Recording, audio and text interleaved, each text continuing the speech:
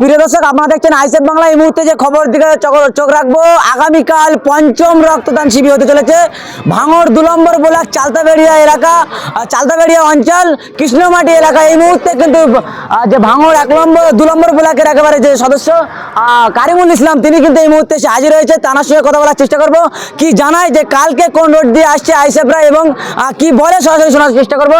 কি বলবেন, কত মানুষের ভিড় হতে পারে আগামীকাল? বলছি তো, কালকে পশ্চিমবাংলায় এবং ভাঙড়ে কালকের যেটা হবে সেটা রেকর্ড হবে। আমরা 4 দিন কাটিয়েছি, কালকে আমাদের পঞ্চম দিন।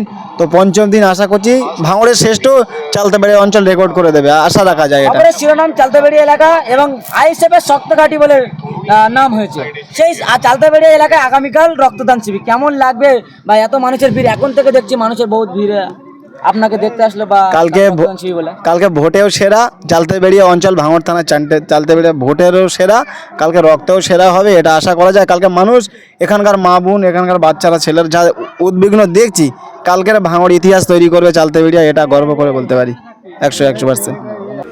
দেখেন, আমরা রক্তদান, জীবনদান এবং আমাদের বিধায়কের সেই চেষ্টা আমরা দেখেছি। ভাঙড়ে অনেক রাজনৈতিক প্রতিহিংসার মধ্যে মানুষের রক্ত ঝরে জীবন চলে গেছে, কিন্তু মানুষের শরীরে রক্ত দিয়ে যে জীবন দান করা যায়, সেটা রক্তদানের যে উপকারিতা সেই মানুষগুলো জানে। তাই আমাদের প্রচেষ্টা, বিধায়কের প্রচেষ্টা যে রক্তদান করে মানুষ জীবকে বাঁচানোর প্রচেষ্টা। আজকে আমরা চালতাবেড়িয়া অঞ্চলের কৃষ্ণমাটি গ্রামে যে রক্তদান উৎসব করছি, আমি আমার অঞ্চল থেকে শুরু করে ভাঙড়বাসীকে আহ্বান করব, আপনারা আসুন, নির্বিঘ্নে আপনার শরীরের রক্ত অপর ব্যক্তিকে দান করার জন্য দেন, যাতে কিনা আপনার রক্তে উপকৃত হয়, একটা মানুষের জীবন যাতে বাঁচে, সেই চেষ্টা করুন। আর যারা রক্ত দিতে আসবেন তাদের কাছে একান্তভাবে রিকোয়েস্ট করব, আমরা দেখেছি অনেক সময় অনেক মানুষ জানে না রক্ত দেওয়ার যারা ডোনার, তারা যারা এখানে আসবেন তাদেরকে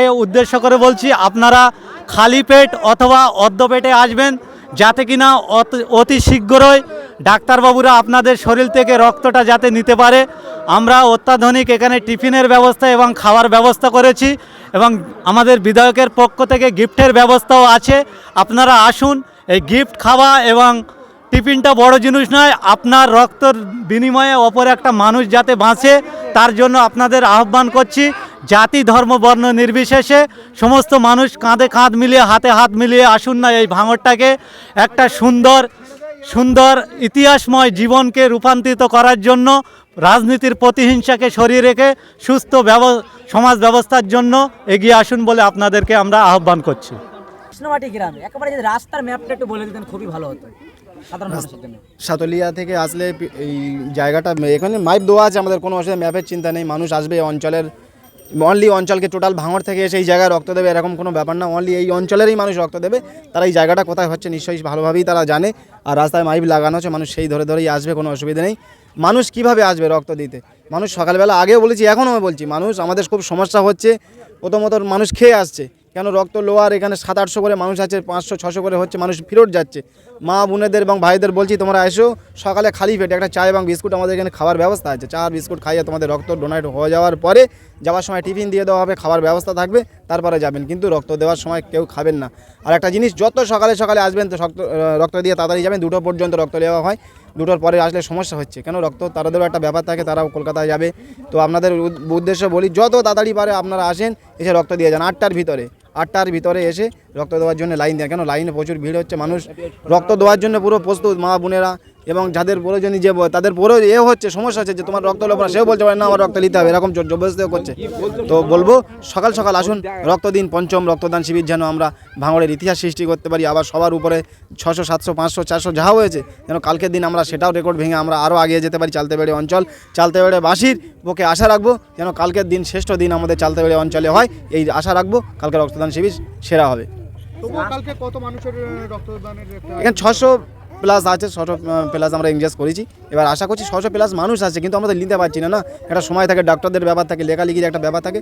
600-500 আমরা আয়োজন করছি, কিন্তু মানুষ আসছে, ফেরত যাচ্ছে, কিচ্ছু করার নেই। কিন্তু এর আশা করব বিগত বছর যখন আবার আসবে, আমরা এর চেয়েও বড় উচ্চ ধরনের করার চেষ্টা করব, কেন এই থেকে আমরা শিক্ষা নিচ্ছি কীভাবে কী করতে হয়, মানুষকে কীভাবে আনতে হবে, কীভাবে রক্ত নিয়ে তাদেরকে সেফটি দিতে হবে, আমাদেরও শেখার কিছু হচ্ছে। আগামী বছর আমরা আশা করব যে আমরা এর থেকে বৃহত্তম রক্তদান শিবির করতে সক্ষম হব। মেসেজটা আমাদেরও একটু হচ্ছে যে যারা রক্ত দিচ্ছে আমাদের আগে থেকে এই মেসেজটা দেওয়া দরকার ছিল। তার জন্যে আমাদের যখন মানে মিসড হয়েছে যে খেয়ে আসার পরে আমরা রক্ত নিতে পারছি না, তো আমরা আজকে থেকে আমরা করছি যারা যারা মোটামুটি রক্ত দিতে আসবে তারা যেন না খেয়ে আসে, কারণ আমাদের এখানে একটু টিফিনের ব্যবস্থা করা আছে। যারা আসবে খাওয়ার পরে মানে রক্ত দেওয়ার পরে তাদের মানে খাওয়ানো হবে, টিফিন দেওয়া হবে। তো যাই হোক মোটামুটি হ্যাঁ অর্ধ পেটে হলেও হবে। এই মেসেজটা তো আগে থেকে দেওয়া হয়নি কেউ। আর যাক, কালকে আমাদের পঞ্চম দিনে পড়ছে, আশা করা যাচ্ছে এই ভুলটা আমাদের এখানে খুব কম হবে। তো আমাদের 600 আর কি টার্গেট আছে, আশা করা যায় আমরা ফুলফিল করে ফেলবো। চালতাবেড়িয়া অঞ্চল খবরের শিরোনামে একেবারে আইএসএফের শক্ত ঘাঁটি বলে। হ্যাঁ। এই চালতাবেড়িয়া অঞ্চলে আগামীকাল ৫ম রক্তদান শিবির হচ্ছে, কতটা মানুষের সাড়া মিলবে বলে দাবি করছেন? দেখুন, সাড়া মিলবে মানে আমাদের চালতেবেড়ে অঞ্চলের প্রত্যেকটা মানুষ খুব মানে উৎসাহী হয়ে আছে যে আমাদের অঞ্চলে একটা রক্তদান শিবির, সেটা আমাদের কৃষ্ণমাটি আমাদের ফুটবল খেলার মাঠে আমাদের এটা হবে। তো প্রত্যেকটা মানুষ খুব আগ্রহী আছে, তারা রক্ত দেবে। মানে একজন মানুষ আরেকজন মানুষের যে রক্ত দিয়ে জীবন বাঁচানো যায় এটা মানুষ এখন মানে জেনে গেছে, আর ভাঙড়ের মানুষ জেনে গেছে। আমাদের চালতেবেড়ে অঞ্চল সেটা এখন কালকে আমাদের 600 যেটা টার্গেট আছে হয়তো ছাপিয়ে যাবে, এখন নিতে পারবে কিনা আমরা এটাই আর কি আমাদের সন্দেহের মধ্যে আছি।